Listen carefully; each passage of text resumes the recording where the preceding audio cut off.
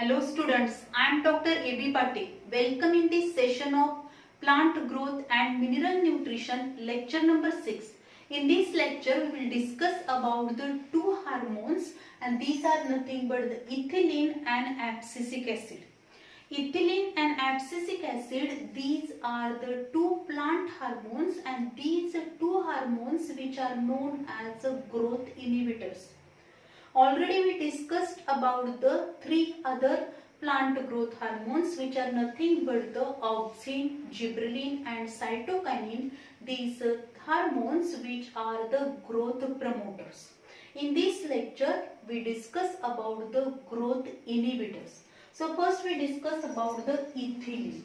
Ethylene is one of the gaseous hormone, and this gaseous plant growth hormone म्हणजे जे काही plant मध्ये वेगवेगळे हार्मोन्स आहेत, म्हणजे हे जे काही 5 हार्मोन्स प्रेझेंट असणार आहेत, ऑक्सिन, सायटोकायनिन, जिब्रेलिन, इथिलीन आणि ॲब्सिसिक ऍसिड, या सगळ्या हार्मोन मध्ये इथिलीन हेच फक्त एक काय आहे, गॅसियस ग्रोथ हार्मोन आहे.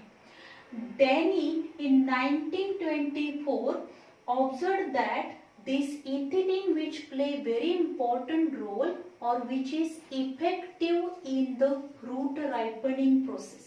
Afterwards, the again in 1934 observed that this ethylene is synthesized in the plants, or the ethylene is a naturally synthesizing hormone in the plants. Plants मध्ये हे जे काही इथिलीन फॉर्म होणार आहे, this ethylene plant growth hormone, this hormone is naturally synthesized in the plant and which play very important role in the fruit ripening process.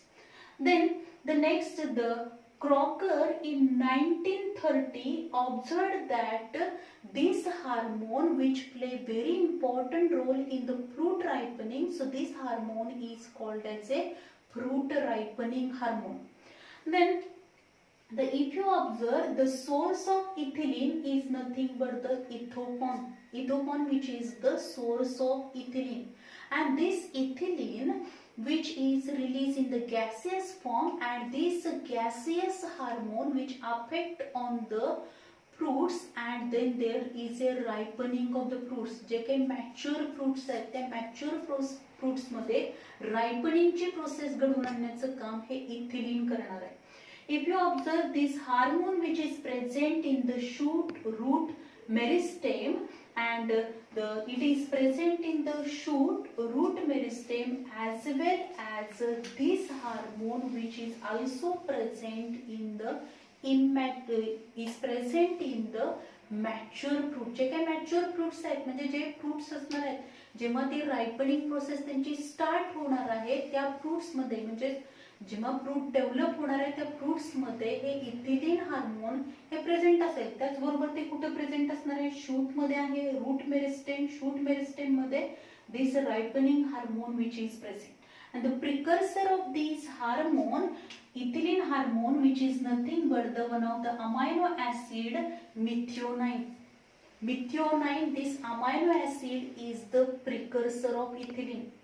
And this ethylene hormone which is present in the immature fruit in the proportion, जर आपण immature fruit मध्ये बघितलं तर ते किती % मध्ये present असणार आहे, 0.05 ppm एवढं कमी अमाउंट मध्ये हे इथिलीन हार्मोन हे इमॅच्युअर फ्रूट मध्ये प्रेझेंट आहे.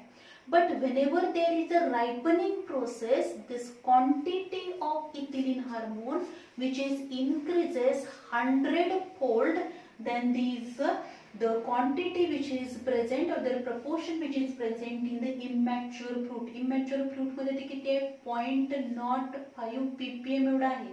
पण जेव्हा फ्रूट रायपनिंगची प्रोसेस सुरू होणार आहे तेव्हा हे जे काही त्याचं कॉन्सन्ट्रेशन, म्हणजे त्याचं जे प्रपोर्शन आहे, जेवढ्या प्रमाणात ते इथं प्रेझेंट आहे त्याच्यापेक्षा ते 100 पटीनं, means their amount which can be increase 100 folds than the present in the immature fruit. Then this ethylene hormone which is also known as a ripening hormone, त्याला आपण ripening hormone पण म्हणणार आहोत, because it carry out the fruit ripening process by increasing the respiration rate. Then what are the physiological effect and applications of ethylene? First आपण जर बघणार आहोत promote the ripening. हे काय करेल, रायपनिंगची प्रोसेस काय करणार आहे, प्रमोट करणार. Means during the ripening process the rate of respiration which can be increases, due to which the polysaccharides which are converted into the, at that time polysaccharides which are converted into the monosaccharide झाल्यामुळे त्याच बरोबर काय होणार आहे, जे green fruits असणार आहे त्याचं येलोइंग होणार आहे, त्याची रायपनिंगची प्रोसेस होणार आहे, त्याची टेस्ट बदलणार आहे, स्वीटनेस त्याच्यामध्ये वाढणार आहे. हे जे काही सगळे फिजियोलॉजिकल चेंजेस त्याच्यामध्ये होणार आहेत, this can be occur due to presence of ethylene. And due to this whenever the ripening process is start, the ethylene amount or this growth hormone, their quantity which can be increased in the plant मध्ये, प्लांटच्या fruits मध्ये त्याची quantity increase होणार. This hormone which promote the ripening, especially if you observe that banana, mango and apple, या fruits मध्ये आपण ethylene जे असणार आहे ते इथिलीनचे क्रिस्टल्स, जिथे ते स्टोरेज केले त्याचे क्रिस्टल्स टाकले जातात आणि त्याच्यामधून जो काही गॅस रिलीज होणार आहे which is ethylene gas, gases form मध्ये जे हार्मोन रिलीज होणार आहे त्याचा इफेक्ट या फ्रुट्स वरती होईल आणि त्या फ्रुटचं काय होणार आहे, मॅच्युरेट, त्या फ्रुटचं रायपनिंग होईल. म्हणजे आपण बघणार आहोत जेव्हा हार्वेस्टिंग केलं जातं फ्रुटचं आणि त्याची रायपनिंग प्रोसेस करण्यासाठी त्याला इथिलीनची ट्रीटमेंट दिली जाते. Then it stimulate the initiation of the lateral roots. जे काही प्लांट्स मध्ये प्लांटची जी रूट सिस्टीम आहे त्या रूट सिस्टीम मध्ये लॅटरल रूटची जी ग्रोथ असणार आहे ते लॅटरल रूट्स इनिशिएट होण्यासाठी ethylene hormone the stimulate the process. इथं ते इनिबिट करणार नाही तर लॅटरल रूट डेव्हलप करण्यासाठी मदत करणार आहे. Then the next, it break the dormancy of seed and bud in some plants. जरी हे ग्रोथ इनिबिटर हार्मोन असेल तरी सुद्धा काही प्लांटचे सीड्स आणि बर्डची डॉर्मन्सी ब्रेक करण्यामध्ये पण इथिलीन इम्पॉर्टंट रोल करणार आहे. Means ethylene also play very important role to break the seed and bird dormancy in some plants. Then the next आपण बघणार आहोत, it accelerate the abscission process. Already आपल्याला माहिती आहे ऍब्सिशन म्हणजे काय होणार आहे, जे काही प्लांट आहे त्या प्लांटचे जे लिव्स असतील, फ्लावर्स असतील, फ्रुट्स असतील, त्या लिव्हच्या बेसला इथं काय फॉर्म होणार, ऍब्सिशन लेअर फॉर्म होतो. आणि हा जो काय ऍब्सिशन लेअर आहे हा ऍब्सिशन लेअर फॉर्मेशन मध्ये इथिलीन काय करणार आहे, ऍब्सिसिक ऍसिडला मदत करेल. Means it helps in the formation of abscission layer. And when there is a abscission layer form, इथे abscission layer form झाला की हे काय होणार आहे, जे मॅच्युअर सिनेसेन्स झालेलं लीव्स आहे ते काय होईल, गळून पडणार आहे. Then the next आपण बघणार आहोत, it enhance the process of senescence. Senescence ही प्रोसेस काय करेल, इन्हान्स करेल. म्हणजेच yellowing of the leaves, flowers, fruits हे जे काय असणार आहे त्याचं सिनेसेन्स करेल. म्हणजेच क्लोरोफिल पिगमेंटचं डिग्रेडेशन करेल आणि तिथले जे काही लीव्स असतील ते काय होणार आहेत, हळूहळू येलोइंग ऑफ द लीव्स होईल, सिनेसेंट होणार आहेत ते leaves and afterward these leaves are fallen down. Then the next आहे, inhibit the flowering in most plants except pineapple. Means आपण या हार्मोनला काय म्हणतोय, ग्रोथ इनिबिटर आहे. त्यामुळं इथिलीन काय करेल, ethylene which inhibit the flowering process in most of plants. म्हणजे मोस्टली ते काय करणार आहे, फ्लावरिंगची जी प्रोसेस असणार आहे it inhibit the flowering which is not stimulate the flowering. Flowering येण्यासाठी मदत करणार नाही, फ्लावर येण्यासाठी मदत करणार नाही तर ते काय करेल, फ्लावरिंग प्रोसेस इनिबिट करणार आहे एक्सेप्ट पाइनएपल. पण पाइनएपल मध्ये जर बघितलं आपण, in this pineapple plant the ethylene treatment is given to the plant for the initiation of the flowering. Means ethylene play very important role to stimulate or to promote the flowering process in the pineapple. Then the epinasty. Epinasty means the drooping of the leaves and flowers. Ethylene which carry out the drooping of the flowers and leaves. Flowers and leaves चं drooping करणार म्हणजे काय होणार आहे, bending of the leaf lamina. हे जे काही leaf lamina आहे त्या लीफ लॅमिनाचं काय होणार, बेंडिंग प्रोसेस होते. फ्लावर्स आणि लीव्ह जे असणार आहे त्याचं बेंडिंग करण्याचं काम म्हणजे drooping of the leaves and the flowers which is takes place due to the effect of ethylene. means ethylene carried out the epinasty. याच्यावरती क्वेश्चन आपल्याला विचारला जातो. epinasty which is observed in the, or epinasty which is carried in the leaves and flowers by the treatment of dash dash plant growth hormone. This is nothing but the ethylene. Then the degreening effect in banana and citrus fruit. डिग्रीनिंग म्हणजेच काय होणार आहे, जे काही fruits असणार आहेत ते जे काय त्याचा ग्रीन कलर जो असणार आहे तो ग्रीन कलर पूर्णपणे काय होईल, तिथं त्याचं डिग्रीनिंग करणार आहे. म्हणजेच ह्या ग्रीन कलरचं कन्व्हर्जन हे काय होणार आहे, येलोइश होणार आहे. म्हणजेच तिथं काय होईल, क्लोरोफिल पिगमेंटचं ग्रीन कलरचं डिग्रेडेशन केलं जाणार आहे. दिस डिग्रीनिंग प्रोसेस मध्ये इथिलीन इम्पॉर्टंट रोल करेल. दिस डिग्रीनिंग process which is carried out or which is takes place due to the effect of this ethylene in banana and citrus fruit. आपण बघतो ग्रीन कलरचे बनाना आहेत पण इथिलीनच्या ट्रीटमेंटमुळे काय होणार आहे, पूर्णपणे ते येलोइंग कलर त्याचा होतो because there is a degreening. काय होतं तिथं, डिग्रीनिंग होणार आहे. Then ethylene also carried out, that is they play important role in the initiation of the root hair formation. जे काही रूट आहेत त्या रूट मध्ये आपण बघणार आहोत प्रायमरी सेकंडरी रूट्स असणार आहेत. पण रूटचं जर आपण टिपिकल रूटचं स्ट्रक्चर बघितलं तर त्याच्यामध्ये डिफरंट रिजन्स आपल्याला पाहायला मिळतात. The region of root cap, region of cell division, region of elongation and region of the root hair किंवा रिजन ऑफ ऍब्सॉर्प्शन आपण म्हणतो. तिथं रूट हेअर फॉर्मेशन मध्ये इथिलीनचा इम्पॉर्टंट रोल आहे. And in this root hair formation, ethylene play very important role. Means it initiate the root hair formation and root hair which play very important role in the absorption of water and minerals from the soil. Then the next आहे ethylene also play very important role in the apogeotropism. Apogeotropism means काय असणार आहे, the roots lack their sensitivity to gravity. म्हणजे काय करतील हे जे काही इथिलीन आहे, इथिलीन काय कॅरी आउट करणार आहे, due to effect of ethylene there is a apogeotropism. Means due to the or by the effect of ethylene roots lack their sensitivity to gravity. म्हणजे ग्रॅव्हिटीला जे काही रूटची सेन्सिटिव्हिटी आहे ते इथिलीनच्या इफेक्टमुळे काय होणार आहे, ethylene due to the effect of ethylene roots lack their sensitivity to gravity. Then also ethylene which increase in the small or lower concentration or very less quantity or less concentration of ethylene which also induce the resistance to the pathogen. म्हणजे plant मध्ये resistance develop करण्याची capacity म्हणजे रोग प्रतिकारक क्षमता plants मध्ये resistance against the pathogen develop करण्याचं काम पण इथिलीन करणार आहे.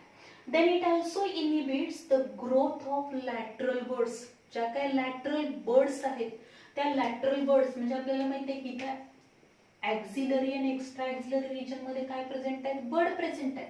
त्यांना आपण lateral buds म्हणतो. Due to presence of the auxin there is a apical dominance. आणि इथिलीन काय करणार आहे, ethylene inhibit the growth of the lateral birds. Lateral बर्डची ग्रोथ होऊन देणार नाही. म्हणजेच इथिलीन काय करणार आहे, ethylene which promote the apical dominance. म्हणजे अपायकल डॉमिनन्सला ते काय करणार आहे, मदत करणार आहे by inhibiting the growth of lateral birds. So this is all about the all physiological effect of ethylene. Then here we discuss about the next hormone which is nothing but the abscisic acid. त्याला आपण काय म्हणणार आहोत, abscisic acid. This abscisic acid or the ABA, this is also one of the growth inhibitor and this growth inhibitor which is also called as a stress hormone. यावरती पण आपल्याला question विचारला जातो, dash dash hormone is called as a stress hormone. That is the abscisic acid or ABA which is called as a stress hormone because this hormone which is synthesized or which become functional or it become activate in the stress condition. Stress condition मध्ये mostly ते काय होणार आहे, functional होईल. Then this abscisic acid is also called as a anti-gibberellin. त्याला anti-gibberellin पण म्हटलं जातं because gibberellin which act as a growth promoter. ते जे काही प्रमोशन म्हणजे ग्रोथ प्रमोट करण्याचं काम करणार आहे आणि बरोबर जिब्रेलिक ऍसिड मुळे जे काही इफेक्ट होणार आहे, ग्रोथ इन्क्रीज होण्याचं काम होतं. पण ऍब्सिसिक ऍसिड काय करणार आहे, ग्रोथ इनिबिट करण्याचं काम करतं. म्हणजे जे काही जिब्रेलिक ऍसिड मुळे जे चेंजेस होणार आहे ते सगळे इनिबिट करण्याचं काम हे ऍब्सिसिक ऍसिड करतं. म्हणून ऍब्सिसिक ऍसिडला काय म्हटलेलं आहे, anti gibberellin.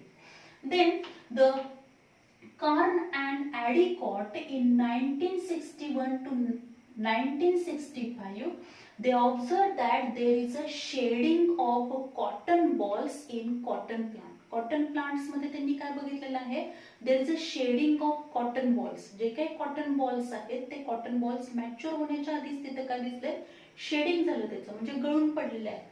And this is due to synthesis of one chemical substance which is nothing but the abscissin first and abscissin second. आणि जेव्हा त्यांनी अनालाइज केलं तेव्हा त्यांना असं दिसलंय की तिथं एक काय होणार आहे, काही केमिकल सबस्टन्स सिंथेसाइज झाले आणि ते म्हणजे काय, abscisin first and abscisin second, due to which shedding of cotton balls takes place. Then the Waring in 1963 observed that, or he isolated the substance from the usher birds, and these are responsible to induce the bird dormancy.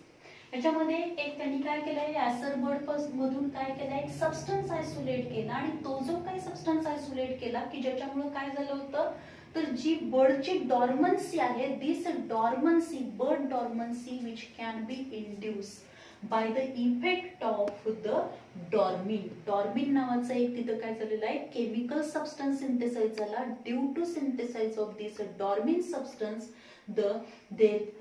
This dormin which induce the bird dormancy. म्हणजे ती bird mature होऊन पण dormant condition मध्ये राहणार आहे, तिची further काय होणार नाही, डेव्हलपमेंट होणार नाही.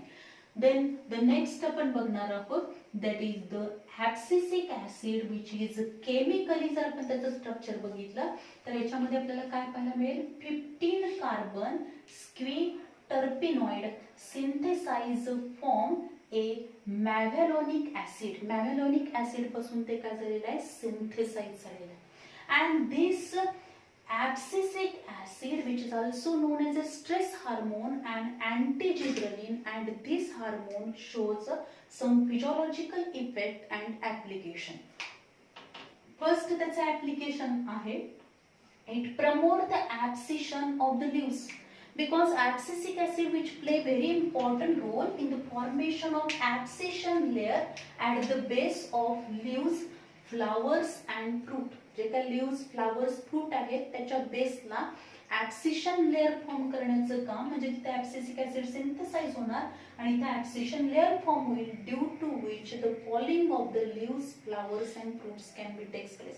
Means it promote the abscission of leaves. म्हणजे जे काही झाडाची पानं गळून पडणार आहेत ती गळून पडतात म्हणजे काय होणार आहे, त्याचा जो काही पेट्यूल आहे त्या पेट्यूलच्या बेसला ज्या पॉइंटला हे लीफ काय असणार आहे, या स्टेमला अटॅच झालेला आहे, तिथं काय होतोय, ऍब्सिशन लेअर फॉर्म होतो आणि ऍब्सिशन लेअर फॉर्म झाल्यामुळे ते पान काय होतंय, गळून पडणार आहे.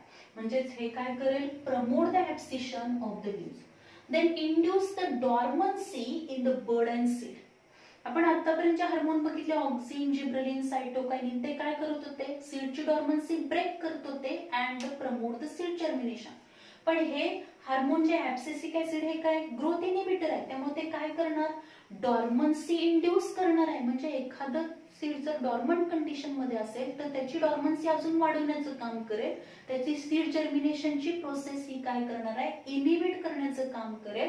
म्हणजेच it induce the dormancy in the bird and seed. Bird आणि सीड मध्ये डॉर्मन्सी डेव्हलप करण्याचं, इंड्यूस करण्याचं काम हे कोण करेल, तर ऍब्सिसिक ऍसिड करणार. Then it accelerate the senescence.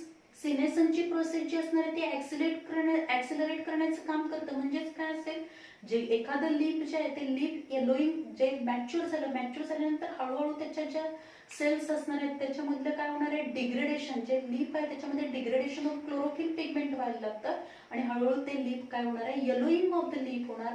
म्हणजेच प्लांट बॉडीचे डिफरंट ऑर्गन जे असणार आहेत त्याचं हळूहळू सिनेसेंट व्हायला लागतं, सिनेसेन्स व्हायला लागतं, ते येलोइंग व्हायला लागतात आणि afterwards there is a death of that plant body. आणि ही जी काही प्रोसेस असणार आहे म्हणजे ही सिनेसेंटची प्रोसेस होण्यामध्ये ऍब्सिसिक ऍसिडचा इम्पॉर्टंट रोल असेल.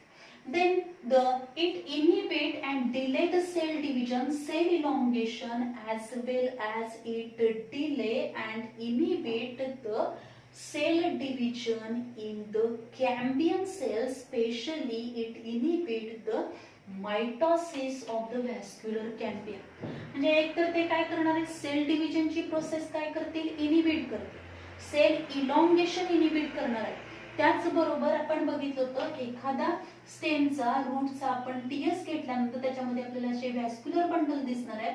त्या व्हॅस्क्युलर बंडलच्या मध्ये इथं काय फॉर्म होतं, there is a intervascular cambium form होतं किंवा या व्हॅस्क्युलर बंडल मध्ये इंट्राव्हॅस्क्युलर कॅम्बियम जे असणार आहे ते कॅम्बियम मध्ये परत काय होणार आहे, तिथे डिव्हिजन रिडिव्हिजन होईल आणि सेकंडरी ग्रोथ डेव्हलप होणार आहे.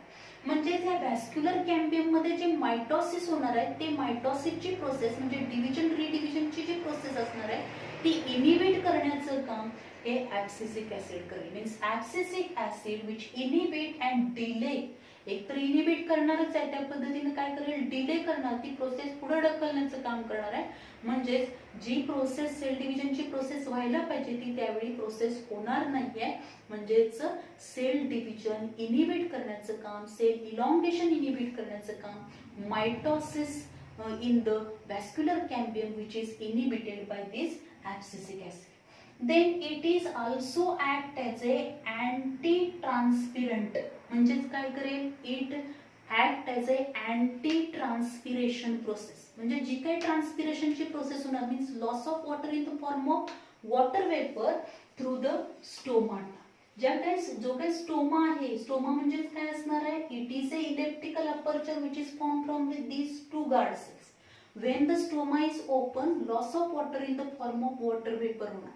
पण जर हा स्टोमा क्लोजच असेल तर काय होणार नाही, तर there is a no loss of water in the form of water vapour. म्हणजे ट्रान्सपिरेशनचा रेट काय झाला, रिड्यूस झाला. पण ही प्रोसेस म्हणजे हा स्टोमा क्लोज करण्याचं काम हे कोण करणार आहे, ऍब्सिसिक ऍसिड करेल. Means abscisic acid which play important role in the closing of stomata or stomatal closure साठी हा रिस्पॉन्सिबल असणार आहे. कारण suppose if there is a adverse condition म्हणजे हाय इंटेन्सिटी ऑफ लाईट आहे, हाय टेम्परेचर आहे, स्कॅरिसिटी of water आहे, पाण्याचं दुर्भिक्ष आहे, जास्त प्रमाणात सनलाईट आहे, जास्त टेम्परेचर आहे, अशाच वेळी प्लांटला महत्वाचं काम म्हणजे काय करायचं आहे, जे काही वॉटर आहे ते कॉन्झर्व करण्याची गरज आहे. अशा वेळी ऍब्सिसिक ऍसिड काय होईल, ऍक्टिव्ह होणार आहे, फंक्शनल होणार आहे आणि ते काय करेल तर ह्या ज्या काही स्टोमाटाच्या गार्ड सेल्स असणार आहेत त्या गार्ड सेलच्या भोवती असलेल्या सबसिडरी सेल मधून पोटॅशियम आयन्सला आतमध्ये एंट्री देणार नाही. इथं जे काही पोटॅशियम क्लोरीन आयन्स आहेत त्याला रिलीज करणार आहे की ज्यामुळे हे गार्ड सेल ज्या टर्जिट झाल्या होत्या त्या फ्लासिड होतील आणि हे जे काही ओपनिंग आहे ते ओपनिंग काय होणार आहे, ह्या सेल्स फ्लासिड झाल्यामुळे हे दिस ओपनिंग इज क्लोज. हे ओपनिंग काय झालं, क्लोज झालं. And due to which stoma, all stomata are closed and they check the transpiration rate. Then the next असेल that is it inhibit the flowering in long day plant. Long day plant मध्ये flowering inhibit करेल but it stimulate the flowering in short day plant. पण short day plant मधले flowering जे असणार आहे ते stimulate करण्याचं काम हे कोण करणार आहे, this abscisic acid. Abscisic acid which inhibit the flowering in long day plant but stimulate the flowering in short day plant. Then induce the synthesis of carotenoids. Means abscisic acid which induce करेल कॅरोटिनॉइड synthesis साठी ते मदत करणार. Then the geotropism in roots. It play very important role in geotropism means application of abscisic acid on the root result in geotropism. Geotropism मध्ये म्हणजे application of abscisic acid on the root result in जिओट्रॉपिझम तिथं आपल्याला पाहायला मिळणार आहे जर abscisic ऍसिडचं application केलं तर. In this way, this abscisic acid, which is one of the growth inhibitor, which play important role or which help in the process of senescence, fruit ripening process मध्ये ते मदत करणार आहे. It play important role in the closing of stomata. Then it also help or it form the abscission layer, due to which there is a falling of the mature leaves, flowers, fruit असणार एखादं fruit पिकल्यानंतर ते गळून पडलं पाहिजे, त्याच्यासाठी तिथे ऍब्सिशन layer form होण्याची गरज आहे. त्याचबरोबर कोणतीही ऍडव्हर्स कंडिशन डेव्हलप होणार आहे जेव्हा एन्व्हायरमेंटमध्ये की ज्यावेळी त्या प्लांटचं प्रोटेक्शन करायचंय, तिथं जे वॉटर आहे ते कॉन्झर्व करण्याची गरज आहे, अशा वेळी हे ऍब्सिसिक ऍसिड काय होणार आहे, ऍक्टिव्हेट होईल, फंक्शनल होईल आणि म्हणूनच या हार्मोनला आपण काय म्हणतो, स्ट्रेस हार्मोन म्हणतो. यावरती पण क्वेश्चन आपल्याला विचारला जातो. आणि abscisic acid is also called as a anti gibberellin. त्याला अँटी जिब्रेलिन म्हणून म्हणणार आहे कारण जिब्रेलिन हे ग्रोथ प्रमोशनचं काम करतात, त्याच्या बरोबर अपोजिट इफेक्ट हा आपल्याला ऍब्सिसिक ऍसिड मध्ये पाहायला मिळतो. So it is also non as a anti gibberellin. So this is all about the ethylene and the abscisic acid. Thank you very much.